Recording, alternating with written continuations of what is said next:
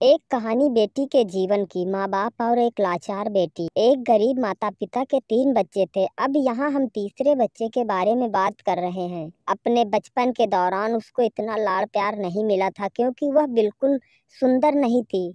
उसे 3 बच्चों के बीच कम महत्व दिया गया था। उसे एक सरकारी स्कूल में भेजा गया था जबकि अन्य प्राइवेट स्कूल में पढ़ते थे। उसके पिता ने सोचा था कि उस पर निवेश करने से कोई लाभ नहीं होगा। उसकी माँ भी उसकी कुछ खास देखभाल नहीं करती थी। उसकी बातों पर कोई खास ध्यान नहीं दिया जाता था। उसके भाई बहन भी उससे ज़्यादा बात नहीं करते थे। उसने ग्रेजुएशन में अच्छे नंबर से बीकॉम पास किया था। फिर भी वह खुश नहीं थी क्योंकि उसकी सफलता की सराहना करने के लिए कोई नहीं था।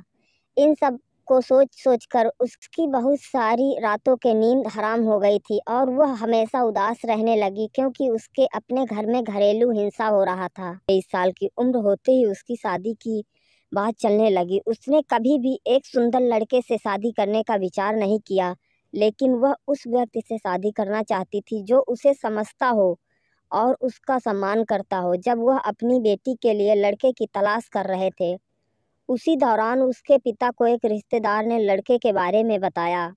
उसके पिता ने एक भी दिन खराब किए बिना दूल्हे के घर पहुंच गए। शादी की बात करने के लिए दूल्हे की मां ने अपने बेटे के संबंध के बारे में उसके पिता को बताया कि उसने हमारी मंजूरी के बिना दूसरी जाति की लड़की से शादी कर ली है, पर अब हम चाहते हैं कि मेरा बेटा हमारी जाति की लड़की से शादी करे। उस क्रूर पिता ने अपनी बेटी के भविष्य के बारे में एक बार भी सोचे बिना तुरंत उनके प्रस्ताव पर सहमत हो गए और उसके पिता ने दूल्हे के संबंध के बारे में किसी को नहीं बताया।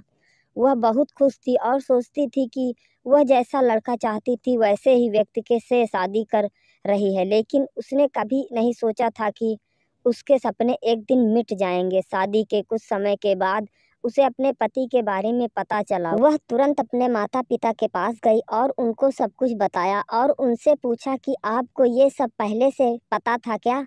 लेकिन उसके माता पिता ने कुछ नहीं कहा। वह निराश होकर ससुराल वापस आ गई। उसका पति बहुत शराब पीता था और हर रोज शराब पीकर घर आता और उसको बहुत मारता और गालियां देता था। कभी कभी उसके साथ जबरदस्ती करता था। कुछ समय के बाद उसने एक बच्चे का जन्म दिया।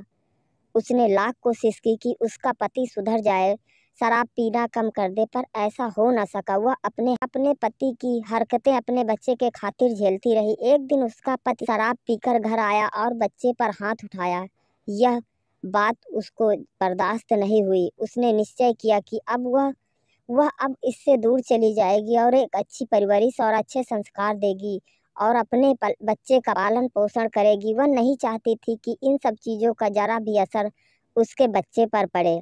उसके सामने सबसे बड़ी समस्या यह थी कि वह कैसे इन सब चीज़ों से दूर जाए, क्योंकि उसको ना तो ससुराल वालों का सपोर्ट था ना ही मायके वालों का।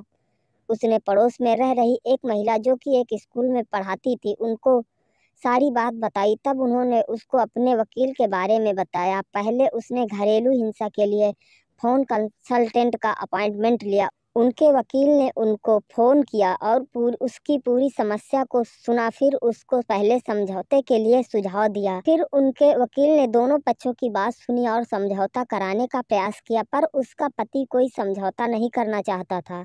फिर उनके वकील ने डिवोर्स का सही तरीका बताया और अपने पति को सबक सिखाने के लिए घरेलू हिंसा का भी केस कराया। अब वह 1 साल की लड़ाई के बाद अपने बच्चे के साथ सामान्य जीवन जी रही है।